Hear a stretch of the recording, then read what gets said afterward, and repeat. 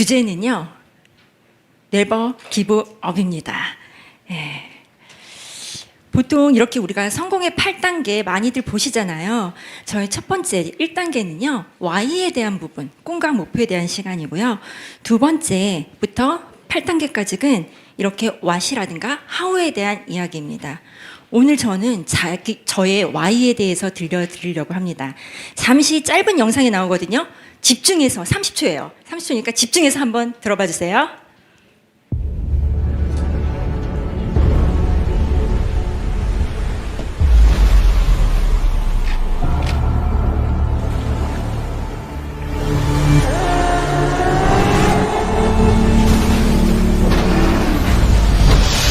I love it when people say that something's impossible. I see that as a challenge.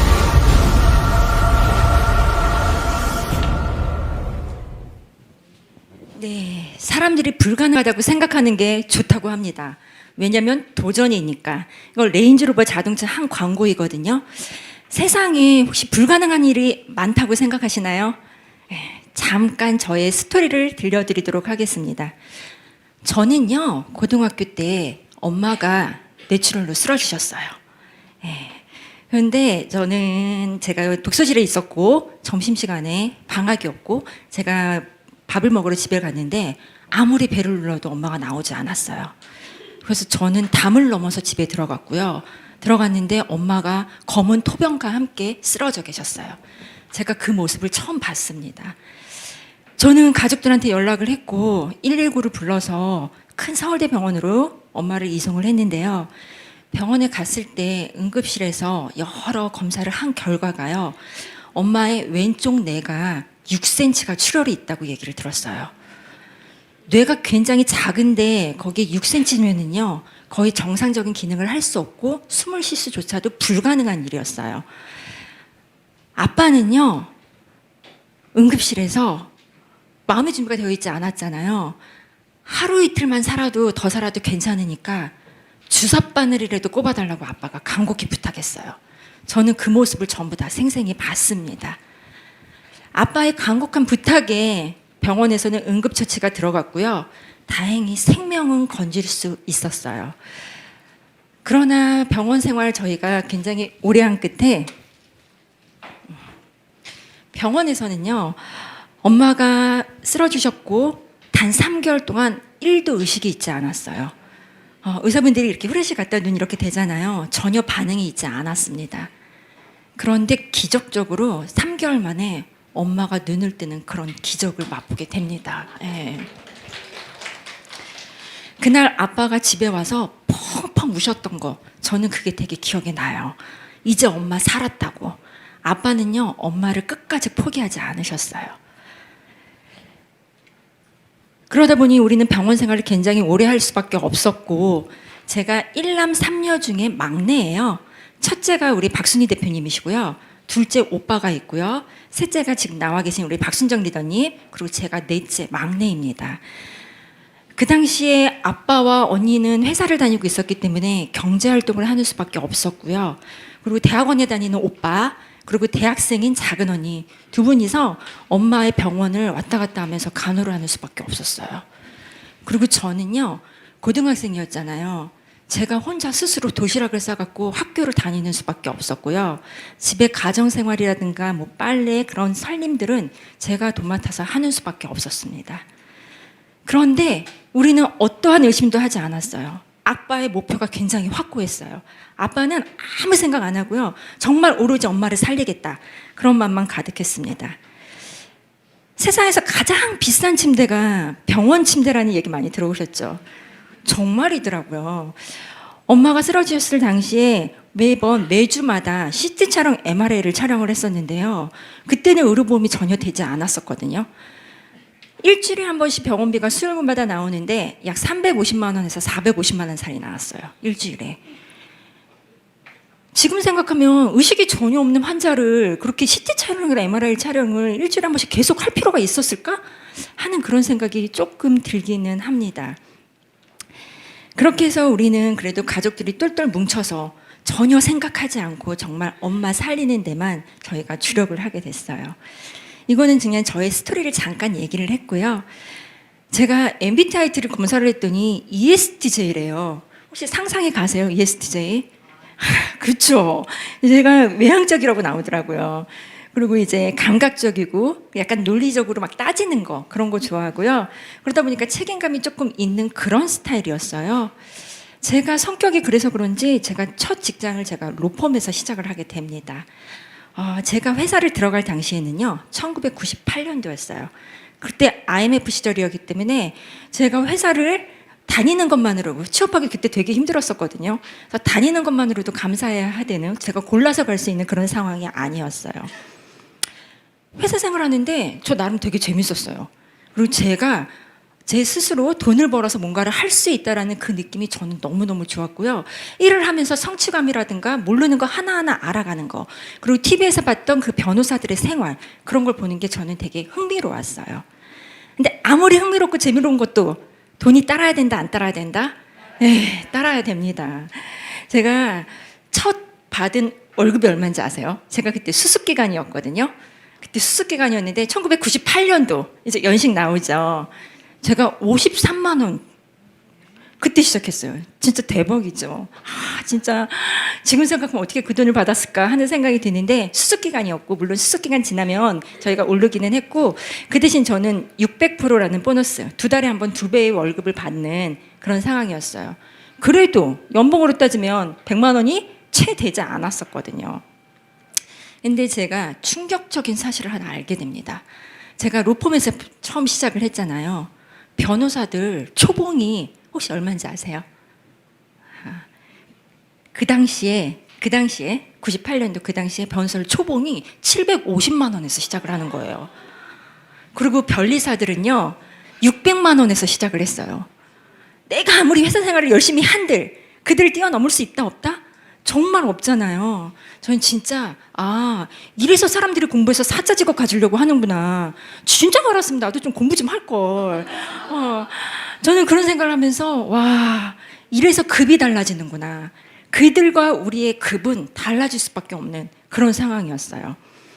근데 그들이 돈을 굉장히 많이 벌고는 있으나 저는 그들의 건강에 굉장히 염려됐었어요. 변호사들 굉장히 버는 것만큼 그 이상으로 일을 해요. 정말 직장 다니시는 분들 결혼하신 분들 있잖아요. 그럼 결혼하신 분들은요 집에 거의 못 들어갑니다. 그 밤새 사건 수행을 하는 수밖에 없고요. 그리고 여자분들은요 빈혈 때문에 굉장히 많이 점심시간 되면 링겔 맞고 오는 케이스도 허다하고요. 변호사들 일을 하다가 중간에 한두 달 정도 병 가내고 없어지기도 하고 그래요. 그런데 그들이 그렇게 열심히 경쟁 속에 할 수밖에 없는 이유, 이분들이 법대 들어간 것도 굉장히 대단한 일이잖아요. 근데 법대에 들어가서 고시 패스하기도 더욱 어려운 일이거든요. 근데 고시 패스 했다 하더라도 사법연수원 졸업할 때 순위가 1회에서 10회까지는 대형 로펌에서 다 뽑아갑니다. 대형 로펌일 경우에 750 이상에서 시작을 하고요. 대형 로펌 이하는요 법무팀으로 들어가든가, 대기업 법무팀으로 들어가면 그나마 좀 나아요. 근데 일반 법무팀으로 들어가든가, 아니면은 법무법인 조금 작은데, 아니면 개인 변호사 사무실 이런 데로 들어가게 되면요 750과 그 이하는 굉장히 차이가 많이 나요. 그런데 750에서 시작했던 이 변호사들도요 급이 다르는 이유가, 시간이 지나면 750에서 머무르는 분이 있고요, 시간이 지나서 배 이상으로 뛰시는 분들이 있어요. 사건 수행을 나한테 얼마나 했느냐에 따라서 그들의 몸값이 달라져요. 나한테 사건이 들어왔는데 그걸 얼마큼 성공을 했느냐, 사건 배당을 내가 얼마큼 받았느냐, 그거에 따라서 이분들의 성공 보상 착수금의 금액이 달라집니다. 그러다 보니까 이 대형 로펌에서도 살아남기 위해서 그들은 끊임없이 경쟁을 하고 밤샘 작업을 그렇게 계속 하는 수밖에 없는 거예요. 저는 조금 그들이 건강에 염려는 됐지만, 저는 그렇게 몸이 망가지면 한순간에 다 날아간다는 걸 저는 경험을 한 사람이잖아요. 저희 집 진짜 현재 시세로 집 한 채 날렸거든요. 그런데 그들이 그렇게 밤새서 일을 한들 진짜 건강 좋지 못할 텐데 그런 생각을 했습니다. 어느 날 회사 생활을 하면서 회식을 하게 됐어요. 그 회식을 하는데 변호사들이랑 전부 다 같이 회식을 하는데 친근감의 표현인가 봐요. 그 술 문화가 술잔을 본인이 먹고 술잔을 누구한테 주면 그걸 받아서 먹고 주는 게 예의였어요. 근데 솔직히 저는 그 문화가 너무 싫었어요. 저 건강염려증 있는 사람이잖아요. 그러다가 건강하지도 않아 보이는데 그분들한테 내가 혹시 간염이라도 되면 어떡해. 나는 진짜 건강하게 사는 게 돈 버는 길이라고 생각하는 사람인데 그런 생각을 하고 있는데 제가 첫 휴가를 받아서 어디를 갔는지 아세요? 병원에 가서요. ABCG 간염 예방주사는 다 놔달라고 했어요. 제가 그 정도로 건강염려증이 있는 그런 사람이었단 말이에요. 어찌됐건 그렇게 하고 제가 직장 생활을 할 무렵에 아빠가 퇴직을 하게 되셨어요. 그래서 아빠가 정년퇴직을 하시면서 저한테 하시는 말씀이 지금부터는 너희 엄마는 내가 책임질 테니 앞으로는 너 인생 살으라고. 너 고등학교 다니면서 대학 다닐 때까지 네 인생 못 살았는데 너 인생을 살으라고 아빠가 그렇게 얘기를 했어요. 저는 순간 조금 생각을 하게 됐어요. 굉장히 죄송하고 미안한 마음이긴 한데 솔직히 저 그렇게 살고 싶었어요. 진짜. 그래서 제가 7월 달에 첫 직장 생활을 하고 7월 달에 제가 휴가를 받아서 친구랑 둘이 같이 여행을 갑니다. 근데 그 여행을요. 제가 받은 월급이 얼마? 100만 원 미만. 그때 400만 원 카드를 긁어서 캐나다 둘이 여행을 갑니다. 지금 생각하면 나 혼자서 1000만 원 이상 카드 긁어서 간 거나 다름이 없는 거예요. 여행 가서 저희가 인생의 전환점을 한번 맞이하게 되는 것 같아요. 저는 외국 문화에 대한 그리움이 조금 있었어요. 그리고 약간 글로벌하게 살고 싶었고요. 그리고 여행을 가더라도 저는 큰 무대를 조금 보고 싶었고요. 순간 그런 생각이 들더라고요. 그래, 내가 앞으로 살 날이 굉장히 많은데 내가 어떤 세상을 보게 될지 모르는데 여기서 많은 걸 보고 그리고 앞으로는 내가 굉장히 경험 많이 쌓는데 내 시간을 투자를 하자. 여기서 그렇게 다짐을 하게 됩니다. 한국으로 돌아와서요. 그 400만 원 카드값을 할부를 갚아갈 무렵에 되면은요. 저는 이제 겨울이 되고 겨울 되면은요. 제가 스키장 시즌권을 끊습니다. 그래서 스키도 제법 타거든요. 최상급 타거든요. 그래서 스키 타고 그 시즌권이 끝나갈 무렵 되면은 이제 여름이 되잖아요. 아이고. 여름이 되면 저는 스키스쿠버라든가 웨이크보드 이런 걸 저는 탑니다. 제가 웨이크보드 조금 탈 줄 알아서 이렇게 저는 저한테 모든 거를 좀 투자하기 시작을 해요. 근데 이렇게 맨날 놀기만 한 거는 아니고요. 제가 또 펀드 투자해서 조금 돈을 벌기도 합니다. 제가 직장 생활을 지금까지 딱 2번밖에 못 해봤거든요. 첫 번째 대형 로펌에서 한 8년 이상 근무를 하고요. 나머지 법무법인으로 팀장으로 스카웃돼서 옮길 무렵 그때부터 제가 조금 페이가 조금 세졌던 것 같아요. 펀드 투자해서 약간 수익이 난다. 그러면 저는 저의 집에 있는 개인 컴퓨터를 삽니다. 그리고 만약에 그 컴퓨터 값을 갚아질 무렵 되면 저는 또 운전면허증을 따고요. 그걸 갚아질 무렵이 되면 저는 항상 뭔가를 그렇게 저지르는 생활을 했었던 것 같아요. 그러다가 제가 디카에 또 잠깐 빠질 무렵에 디카 보니까 만원경이랑 이런 거 굉장히 비싸더라고요. 이거를 빠질 무렵에 제가 공연 문화를 맛보게 됩니다. 이 공연이요, 또 저의 인생의 전환점을 맞이하게 되는 두 번째 케이스가 된 것 같아요. TV에서 보이는 브라운관에 보이는 그런 모습, 드라마라든가 영화 이런 것보다는요, 뮤지컬이라든가 연극을 보면서 생동감 있는 그들의 표정, 눈빛 이 보는 거에 제가 매력을 폭 받아요. 사실 친구 따라 강남 간다고 친구가 먼저 공연을 보자고 해서 같이 봤다가 저만 빠진 케이스거든요. 그러고 나서 한 2년 동안은요, 제가 돈을 모으지 않고 모든 걸 공연에다 쏟아부으면서 제가 평일, 주말이면은요, 대학로 연극무대, 그 다음에 뭐 서울, 여기 뭐 세종문화회관이라든가 예당이라든가 이런 데를 찾아다니면서 공연을 보게 됩니다. 한참 공연에 빠져 있을 때요, 제가 한 남자를 소개를 받게 돼요. 근데 그 남자가 지금 현재 같이 살고 있는 김재현 대표예요. 예.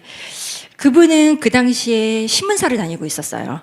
신문사를 다니고 있었는데 제가 이렇게 공연을 좋아하는 걸 알고 신문사에서는 공연 티켓이 굉장히 쌓여 있대요.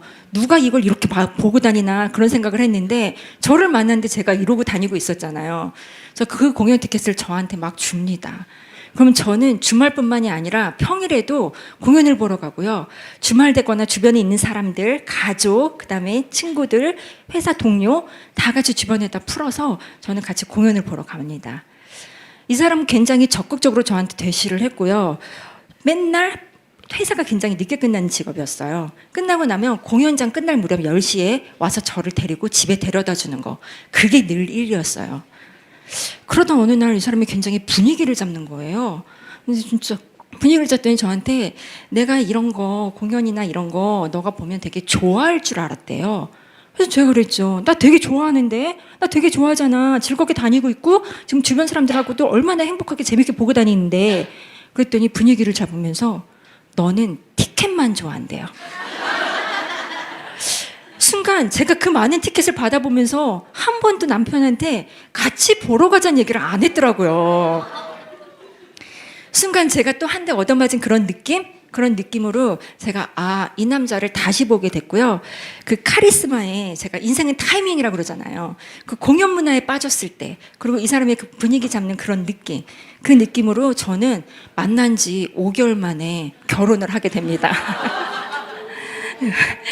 그래서 저는 이제 여기 허니문 태국에 있는 코사무이라는 곳으로 가게 됐는데요.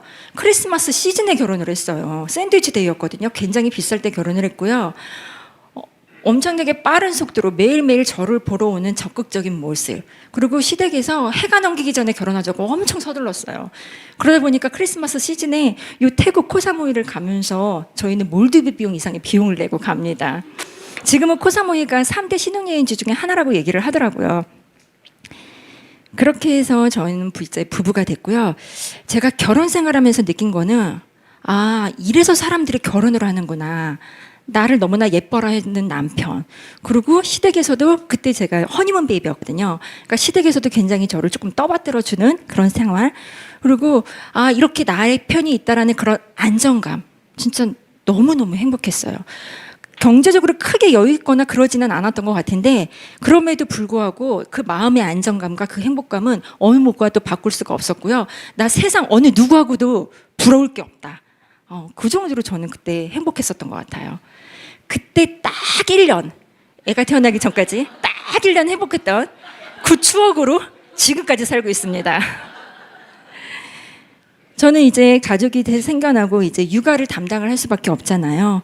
그러다 보니 아이 키우는 일 굉장히 행복한 일인데 저는 제가 행복을 조금 덜 느꼈던 것 같아요.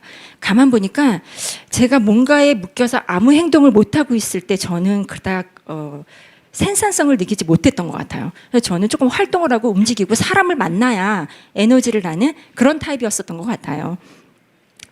제가 이렇게 육아에 지쳐하고 있을 때 일단 몸이 많이 아팠고요. 제가 허리 디스크 때문에 굉장히 고생 많이 했다고 제가 얘기 드렸잖아요.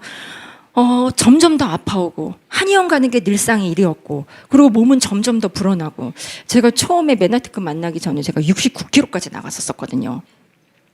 그렇게 몸은 아프고 그리고 자유롭게 살았잖아요. 제가 그렇게 자유롭게 살던 제가요 4시간은 오로지 육아랑 가정에 묶일 수밖에 없었어요. 그리고 시댁에서는요 굉장히 저에 대한 기대치가 너무 높았어요. 시댁에서는 딸이 없으신 2 아들만 키우시는 분이셨거든요. 제가 딸을 얘기를 원했고요. 딸처럼 대해주길 원했고 자기는 꼭 딸을 갖고 싶어하는 그런 욕망이 있으신 분이었는데 그 기대에 제가 미치지를 못했어요. 그러다 보니 뭐 옛날에 하고 싶은 말이 있지만 함부로 할 수가 없잖아요. 그래서 사람들이 옛날에 결혼하면 뭐 김어그리 3년, 뭐 장님 3년, 뭐 이렇게 벙어리 3년 이렇게 사나 보다. 그래서 결혼하면 어쩔 수 없이 나의 인생은 포기하고 가정에 충실할 수밖에 없겠구나.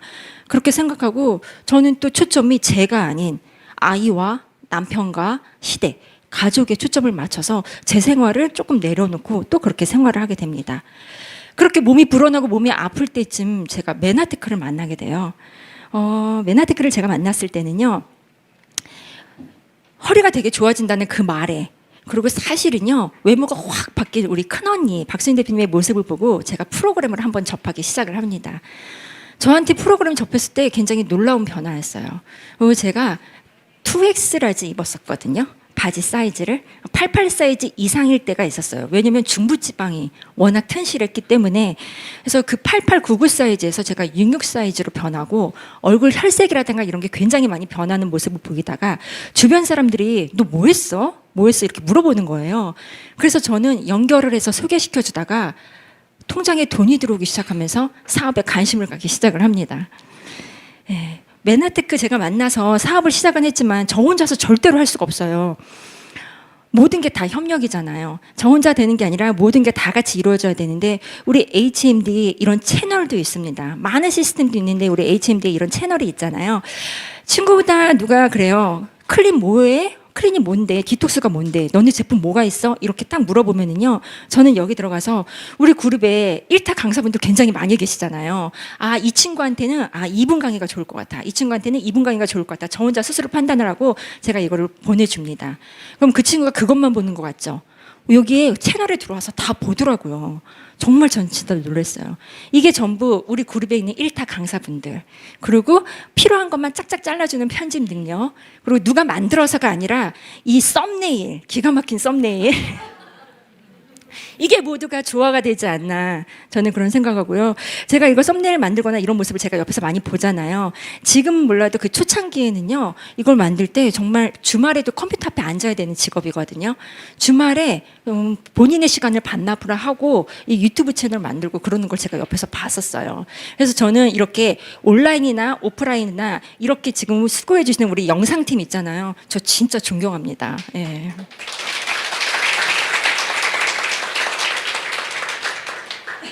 또한 우리 시스템이 너무나 잘 갖춰져 있어요. 제가 진짜 혼자 시작했으면 정말 할 수 없는데 이렇게 많은 시스템이 갖춰져 있는데 제가 처음에는 사람들한테 그랬어요. 시스템에 조인하라. 무조건 조인하라.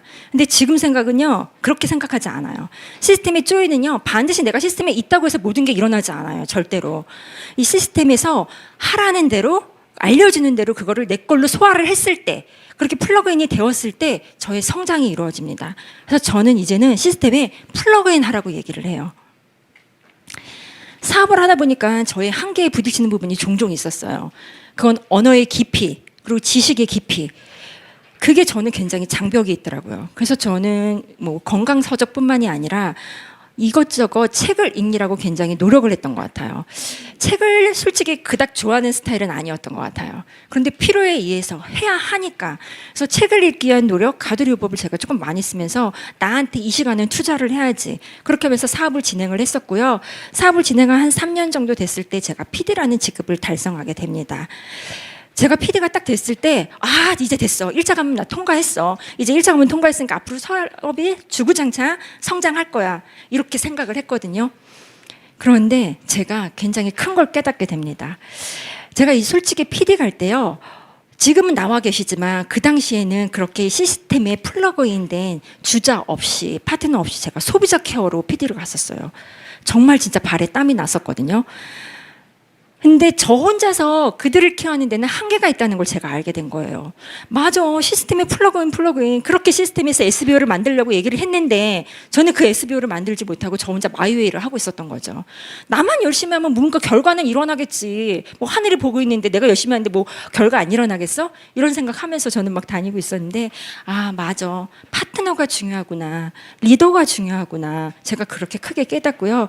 그다음부터 또 리더십에 대한 책을 읽기 시작을 합니다. 제가 리더십이 되어야, 제가 리더가 되어야 마력이 있잖아요. 사람들을 끌어다닐 수 있는 마력. 그리고 저를 보고 하고 싶다라는 느낌이 나야 되잖아요. 제가 정말 행동을 조심해야겠다. 제가 모범이 돼야겠다. 뭐든지 그룹에서 하는 건 내가 항상 그 자리에 있어야겠다. 그런 생각을 계속 많이 했고요. 그러면서 한 명 한 명 나와 계시는 파트너들이 생기기 시작하고 그때부터 저는 네트워크가 조금 되기 시작을 했던 것 같아요. 이 그림이 뭔지 아시겠어요? 이건 뭐냐면 결혼 생활은 서로 다른 사람들이 만나서 연애를 하다 결혼을 했잖아요. 이게 우먼즈 7이에요. 어느 날 남편이 이걸 사진을 찍어서 저한테 보내온 거예요. 그래서 딱 봤는데 이 남자는 굉장히 완벽주의입니다. 그리고 굉장히 저보다 세심합니다. 근데 저는 무슨 얘기할지 다 아시나 봐. 저는 건강영양증 있는 사람이기 때문에 자연적으로 성격이 되게 깔끔하거든요. 저도 제가 이럴 줄 몰랐어요. 남편이 너 우먼즈 7 하나를 먹고 다 먹으면 버리고 또 하나 먹고 버리고 해야지 6개 뭐 하나 안 건드린 게 없대요. 대박, 내가 이랬구나. 저 순서대로 먹는 스타일이었어요, 예전에는. 근데 제가 어느 날 이렇게 하고 있는 거예요. 집에 제품이 있잖아요. 그럼 제품 저 일렬 정렬했던 사람이거든요. 근데 일렬 정렬했는데 더 강적을 만난 거예요. 일렬 정렬뿐만이 아니라 이 남자는 스티커 모양을 한쪽으로 다 맞춥니다. 그래서 순간 저는 딱 그거를 보니까 다 흐트러뜨리고 싶어요. 사람 심리가. 그래서 어느 순간부터 제가 이렇게 변하기 시작했고요. 지금 보니까 이게 더 인간미 있지 않나요? 그래서 이렇게 서로 다른 사람이 연애에서 만나도 이렇게 다른데 네트워크는 정말 전혀 모르는 사람들이 만나서 서로를 알아가는 과정이잖아요. 연애 기간도 없이 바로 실전으로 들어간단 말이에요. 그들한테 서로 알아가는 시간이 필요하고 그들에 대해서 배려가 반드시 필요하고 또 때로는 그들한테 맞춰가는 게 필요한데 인간관계가 생각보다 많이 힘들더라고요. 그래서 저는 무조건 라포 형성이다. 무조건. 네트워크의 저는 80%는 인간관계라고 저는 생각을 해요. 그래서 그쪽에 초점을 맞추고 제가 매달릴 수 있는 거는 저는 다른 사람보다 평범하기 때문에 유독 평범한 스타일이기 때문에 제가 매달릴 수 있는 건 책밖에 없었어요. 그럼 저는 또 인간관계에 대한 책, 뭐 가짜 감정 막 이런 책까지 막 뒤져가면서 책을 보기 시작을 했었어요. 이거는요, 제가 타고 있는 자동차 전기차예요. 제가 전기차가 드림보드 중에 하나 있었었거든요. 코로나 때 제가 지방 출장을 막 다니다 보면은요, 기름값이 너무 많이 나와서 나는 큰 차가 절대 필요 없다. 작더라도 연비가 좋은 차를 사야겠다. 그래서 저는 이제 이 차로, 전기차로 제가 바꿨고요. 어느 날 차를 타고 남편이 제 차를 탔어요. 가고 있는데 남편이 저한테 너 이 소리 안 들려? 나한테 그러는 거예요. 저는 안 들리는데? 네.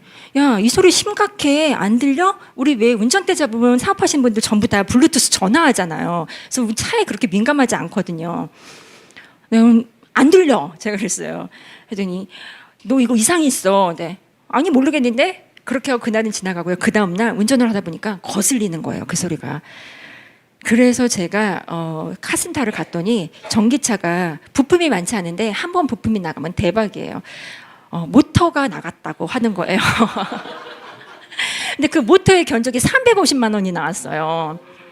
근데 그거는 전기차기 때문에 일반대에서 수리 못하고 센터로 반드시 들어가야 돼요. 그래서 7월 달에 이게 발견이 됐는데 제가 9월 달로 지금 예약이 되어 있어요. 중간에 나지 않아서.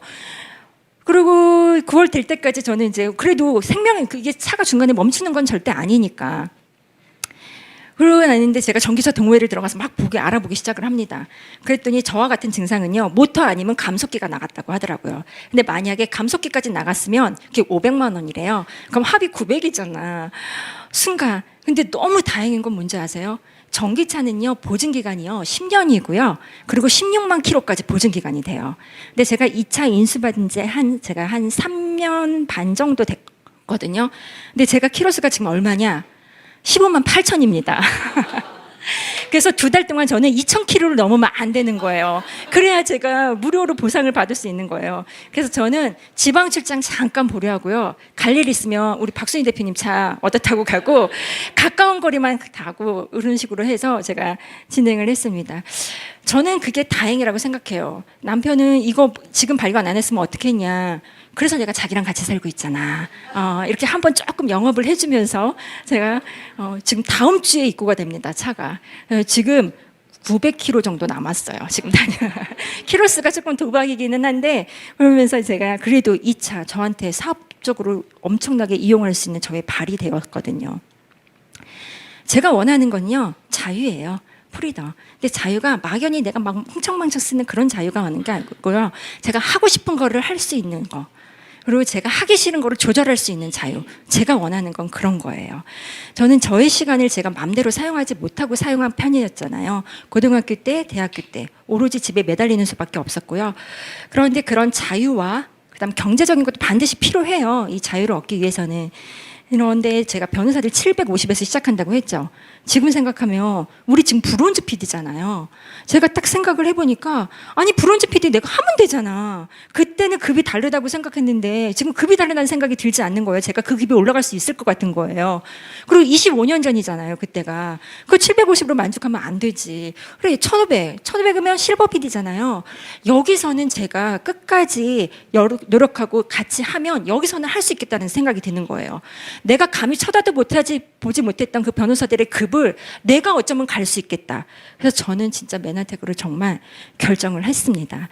제가 회사 다닐 때 뭔가 성취감을 느끼면서 가슴속에서 꿈틀꿈틀 거렸던 게 맨하테크를 만나면서 제가 그게 살아나기 시작을 했어요. 그 신분 급이 다르는 거 내가 여기서 한번 해봐야지. 거북이는요 굉장히 느려요. 하지만 목적지까지는 분명히 달성을 합니다. 꿈을 날짜와 함께 적으면 목표가 되고요. 목표를 잘게 나누면 계획이 돼요.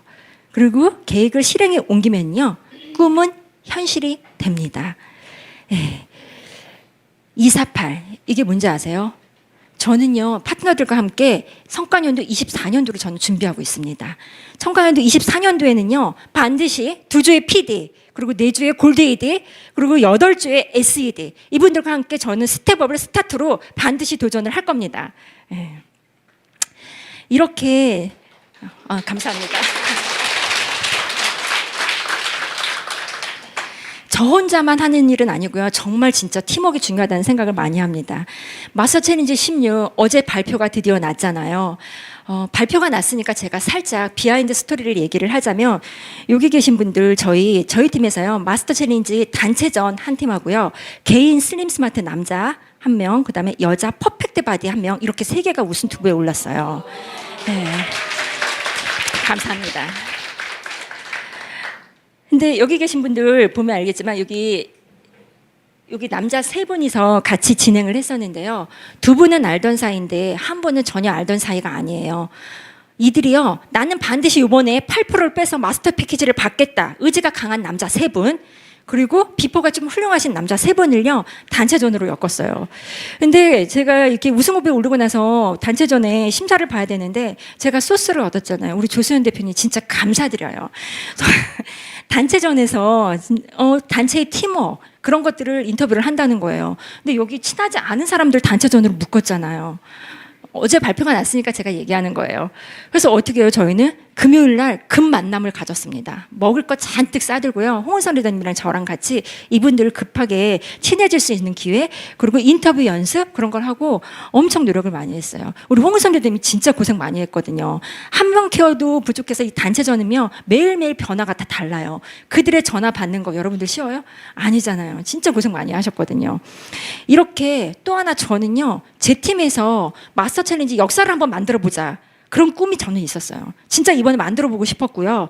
그것 또한 저뿐만이 아니라 케어를 너무나 잘해주신 우리 홍은선 리더님 그리고 8%를 반드시 빼겠다라는 소비자분 이건 스폰서, 파트너, 소비자 3명이 전부 다 힘이 같았기 때문에 시너지가 났다고 생각을 하거든요. 이렇게 아침에 우리 9시에 와가지고요. 이렇게 회의실을 붙잡고서 또 다시 급하게 친한 척 하면서 우리 단합을 하는 그런 시간 가졌습니다. 그런데 가장 친하지 않았던 그분이요. 딱 인터뷰를 끝나고 나서 제일 먼저 하는 말이 뭔지 아세요? 우리 회식 안 합니까? 이런 거예요. 어찌됐건 이렇게 묶어놓으면은요. 본인들의 목적이 같았잖아요. 목적이 같아서 하나의 뜻으로 바라보다 보니까 본인의 마음이 다 같은 거예요. 그건 친근감으로 다 표현이 되더라고요.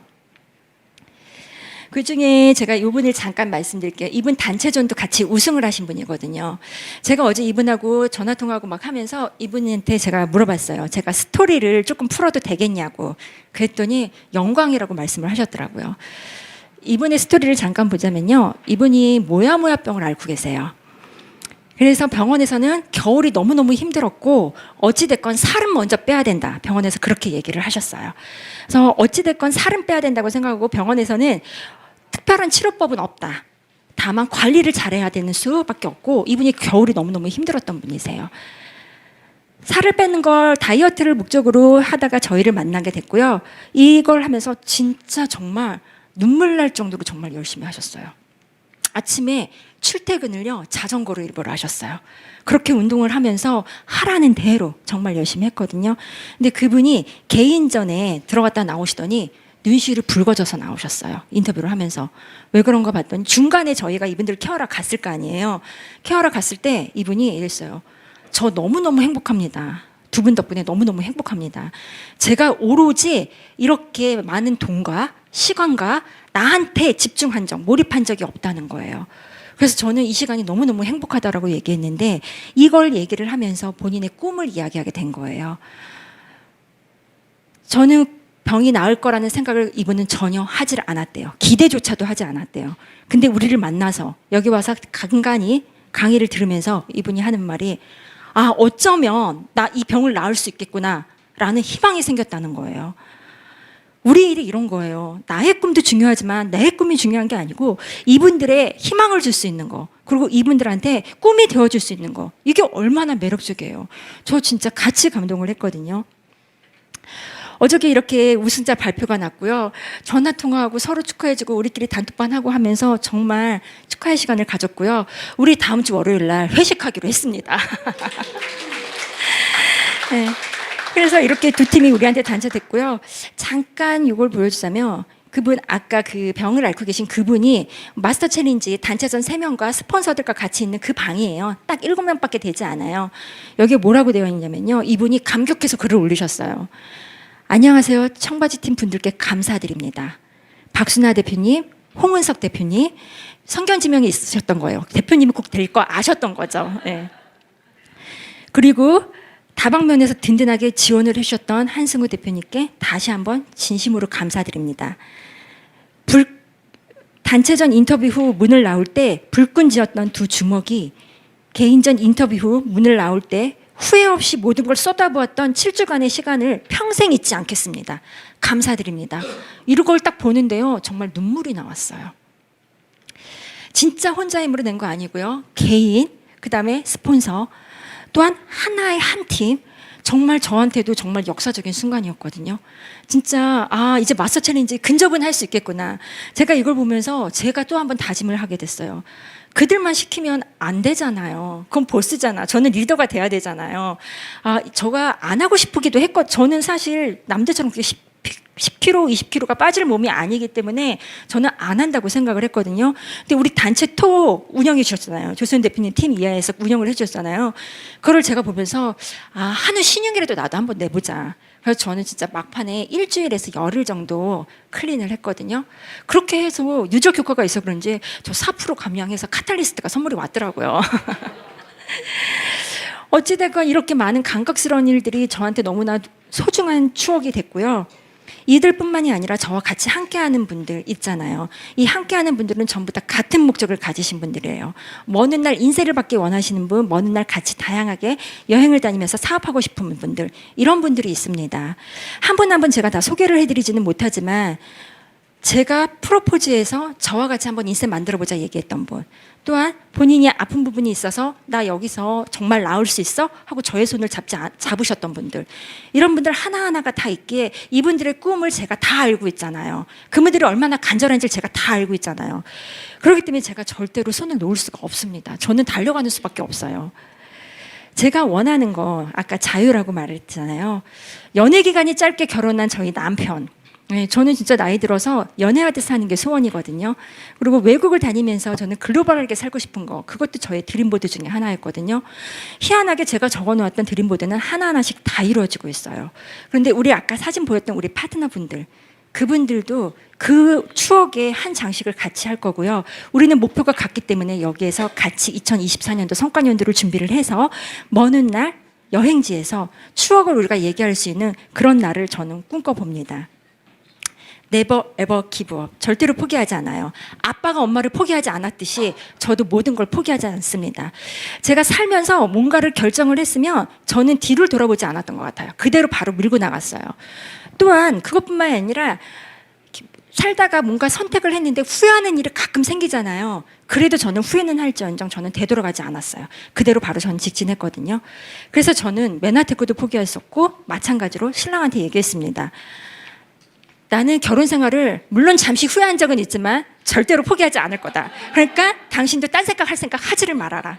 예, 저는 제가 잡은 일과 가정 모든 거 다 never ever give up. 포기하지 않을 겁니다. 여기 계신 여러분들도 끝까지 포기하지 않고 정상에서 우리 모두 추억의 한 장의 스토리를 만들어가는 여러분이 되셨으면 좋겠습니다. 경청해 주셔서 감사합니다.